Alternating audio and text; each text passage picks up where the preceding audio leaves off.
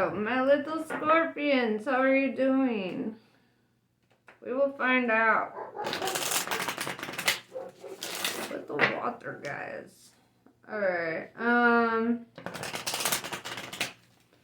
resources are heavy on the water energy today. So let's see what's going on for you.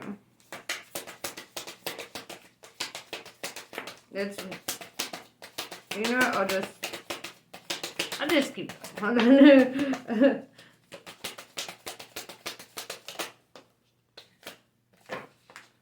Chinamesta.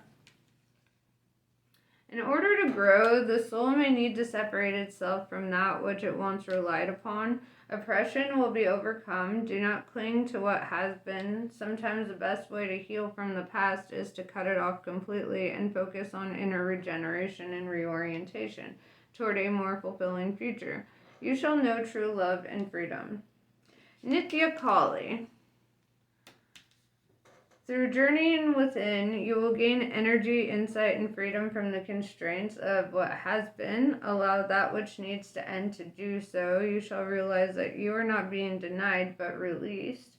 There is something new on the horizon for you. Honor your losses, but keep hope in your heart for what is meant to be.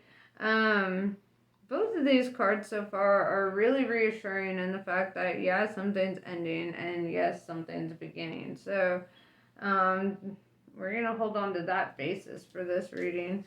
Kamala Devi. It tells me, held within Kali's protection, your heart radiates peace, certainty, and beauty. Her grace melts frustration into inspiration, fatigue into replenishment, and overactivity into effortless attraction. They didn't use the Oxford comma, and it fucked me up. Sorry. Kamala is the golden pathway of divine protection and peaceful contentment. She empowers your heart to receive with the same generosity, openness, and grace that you express when you give. You are swiftly approaching sacred fruition. Right? This fruition thing. Something's coming, unfolding for you. Let's pull some more oracles and kind of get more details. And what's coming to fruition?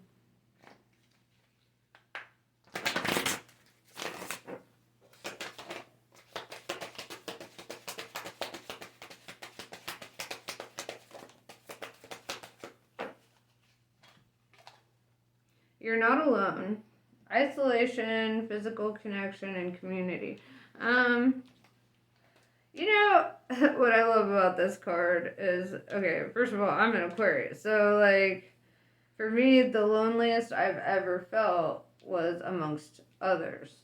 I don't feel alone when I'm alone. I feel less alone when I'm alone, So oftentimes we get in this feeling of being isolated or lonely, but that doesn't mean that you're necessarily physically alone, I feel like I could be in a room full of 1 million people and I'm like, fuck, I'm alone, and you're not really, but you are.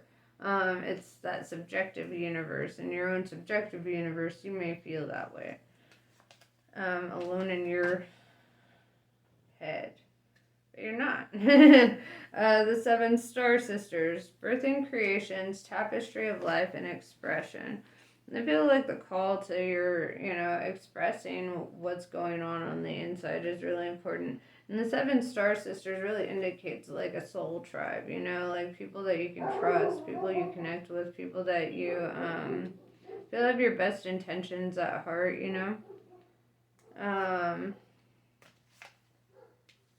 Messenger. Serious energy, bringing harmony and balance, right? So you might be receiving a message soon, or you may yourself be a messenger, receiving downloads from the universe. It's always kind of weird when you wake up to that, because it's like you feel like your mind is so loud constantly, like the monkey chatter. But it's weird because when you start organizing your thoughts, categorizing them, writing them down, shit starts to make sense, It's like kind of researching your own mind a bit to find, the intrinsic truths that are trying to come to light. Know thyself, lifting the veil. That's funny that came out, because that's like literally what we're really talking about here. Lifting that veil and seeing shit for what it is. Question everything. Anything that's out of alignment with you and what you're doing for your personal expansion and growth needs to go. I said good day. I said goodbye. I don't give a fuck how emotionally attached you are to it. And I know that sounds cold. And yeah, maybe it is. But the thing is things that are meant for you, you shouldn't have to feel forced in it, right? You shouldn't have to feel like, like it shouldn't be so much fucking work, Like if you, whatever you're trying to achieve here in regards to work, even, like, you don't want the job that you have to like kill yourself to achieve, right? I was talking to my roommate the other day, and I was like, trees don't have to think about being green, and I don't have to think about being a healer. You just kind of fall into alignment with what your natural thing is, It's like you create resistance when you try to micromanage the universe and try to be like, it has to be this way, and I have to have this life, and I have to have this partner, and I have to do this stuff, and because then it's so limiting. What if there are things outside of the realm of your fucking mind, that are very possible for you or tangible for you, and the universe is like, but there's adventure over here. What the fuck are you doing, Yeah. Perspective, right? So right now your mindset might be like that none of this matters, you're trying to be in that retrospect mindset where that can be kind of, it's good and it's dangerous. Because it's a borderline nihilistic, and I mean, I'm a hedonist. Whatever, do what you gotta do. But nihilism, I feel like that's like the destruction of all those around you for the sake of your own enjoyment, and that's where I'm kind of like, fuck it, like let things fall apart naturally, sure, but like, do we really have to help it? Like, do we really have to be a force of that? Like, it's just let shit happen, like how it's gonna happen. Be stoked about life. So let's go into the tarot. Let's see, dissect this reading a little bit.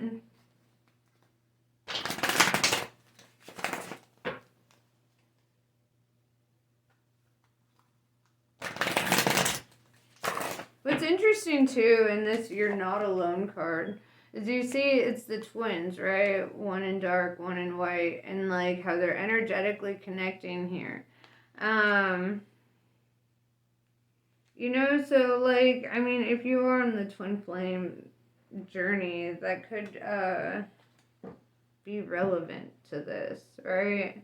I kind of want to clarify it because it does stick out to me.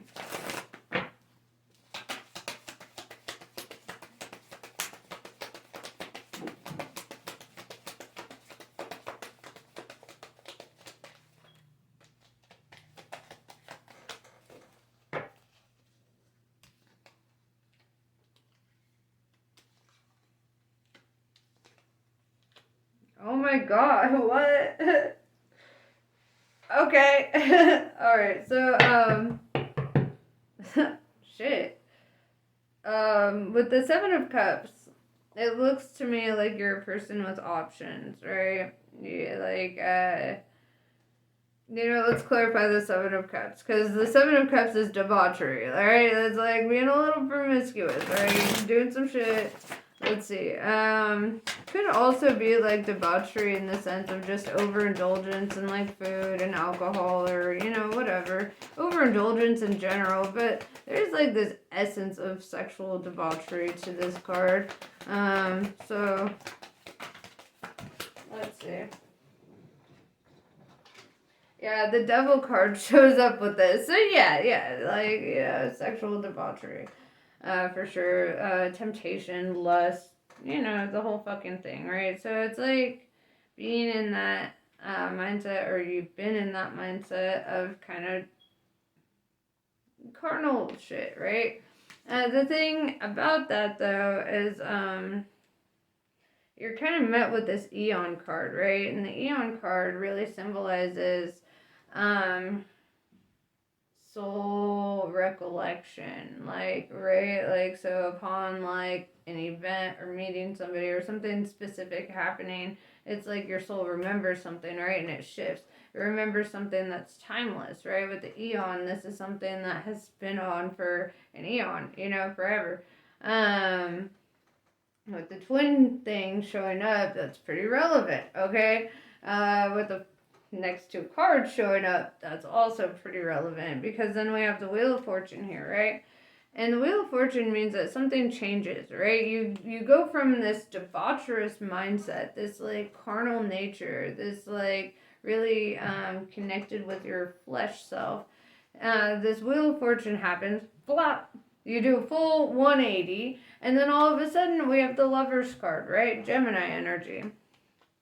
And then what's interesting though is the Lovers. Okay, so when we think about Gemini, right? Gemini is symbolized by the twins, right? We saw the twins in the You're Not Alone card. And here we see them again in the Lovers card, right? So you see the twins with the Gemini energy. The Lovers is also major arcana love, meaning main quest line love, not the minor arcana love, which would be side quest, like type of love. But yeah, it's like something gets triggered with this Eon and the Wheel of Fortune. It's like there's a moment of clarity for you where it all kind of comes into focus, and you're like, wait a second, bam, and it looks like this union just fucking happens really quickly for you.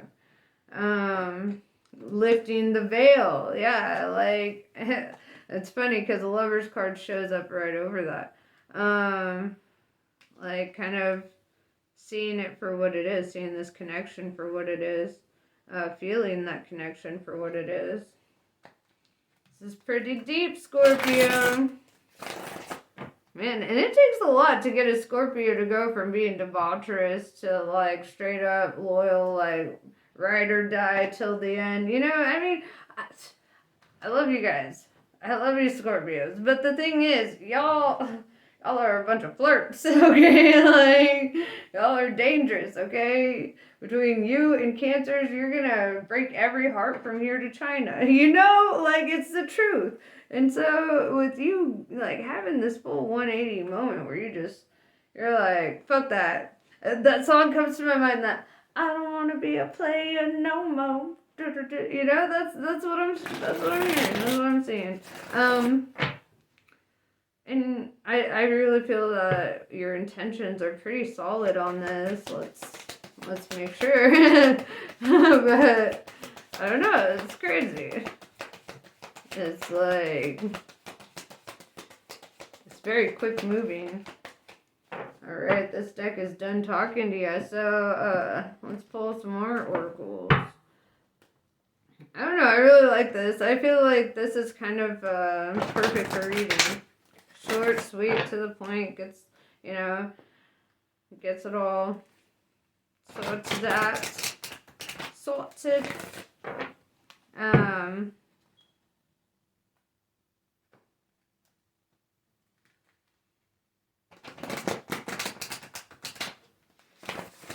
Try not to be like too detached too, because I feel like coming from the energy of being debaucherous and kind of borderline nihilistic, to this feeling of a sense of purpose and togetherness, it's a big shift, right? And sometimes like our past mindsets try to creep up on us.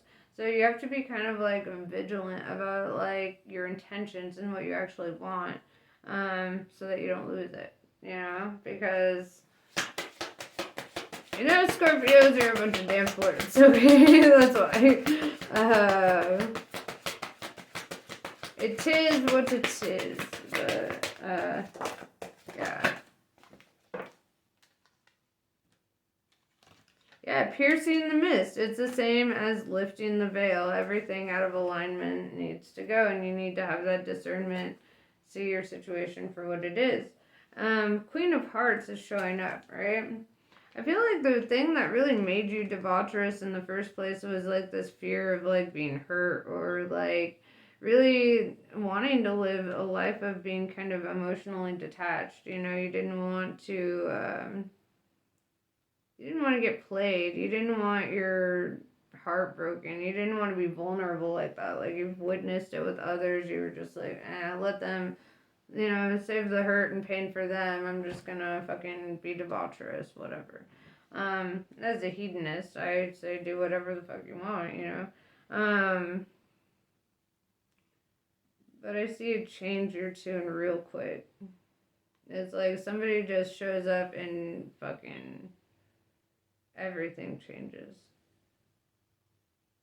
It's kind of beautiful. It's kind of adorable, okay? But yeah, that's pretty much what I got for you. I hope this was helpful. Namaste. I love you guys. Catch you on the next one.